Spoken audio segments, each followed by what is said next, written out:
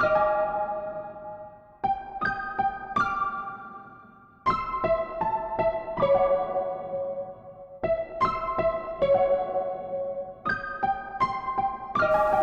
est un grand jour. Il s'agirait d'être à l'heure et de ne pas manquer son rendez-vous.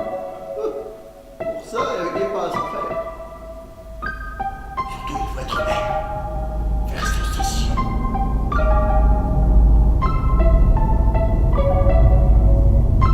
Avec tous ces vieux cochons qui vont te dévisager.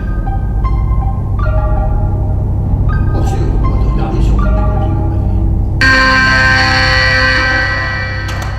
Qu'est-ce que tu fais là, toi, petit? Tu as les ailes toutes trempées. Où est-ce que tu les as encore traînées? Petit fanfaron, va. Alors, on vient déconcentrer Teddy dans son travail.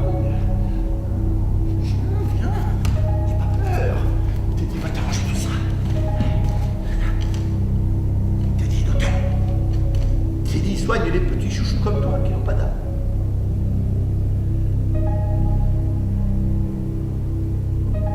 Teddy veut te dire un secret.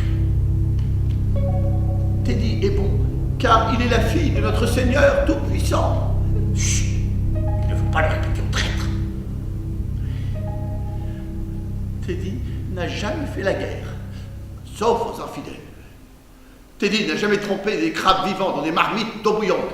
Teddy n'a jamais fait de mal à des petites chauves-souris sans défense comme toi. Toi aussi, tu es un petit suceur de sang, mais pas comme Herbert. C'est moi qui l'ai sorti du caniveau. Je l'ai installé chez moi, tout le reste. Les dimanches, on allait à la campagne. Quand je l'ai connu, c'était rien qu'une épave. Un tas de merde dans un chiotte. On aurait cru qu'il sortait tout droit d'une benne à ordures. C'est moi qui l'ai sorti de là.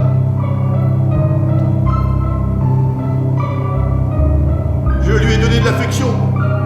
Scarbert, il savait même pas ce que c'était, ni même ce que ça voulait dire. Il avait été élevé par sa mère dans les montagnes. Comme un chien, avec un chien. Avec un collier autour du cou, pour ne pas qu'il se sauve.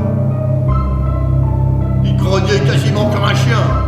Comme le chien avec lequel il avait été enchaîné durant près de 6 ans.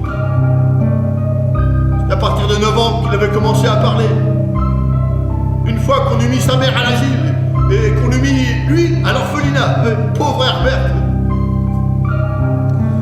La première chose que j'ai su de lui, Herbert était un chien. Un pauvre chien couvert de vermine. Je lui ai apporté beaucoup d'amour. Je me suis occupé de lui comme de mon propre fils.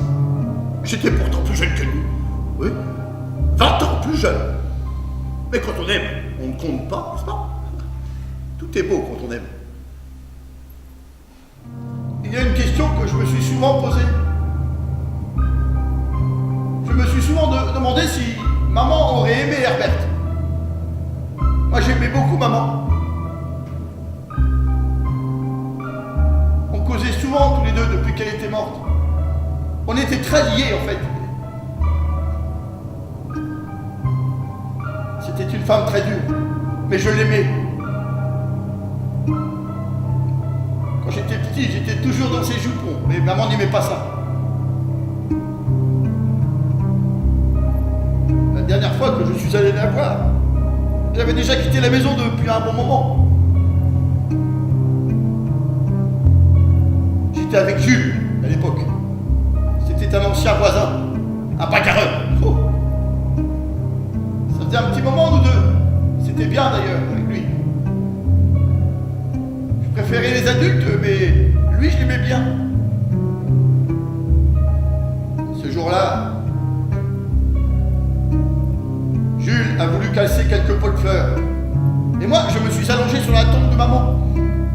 On parlait toujours longtemps avec maman. Surtout depuis qu'elle était morte. On parlait de tout, de ma sœur, de l'église, qu'il ne fallait pas oublier notre bon Seigneur.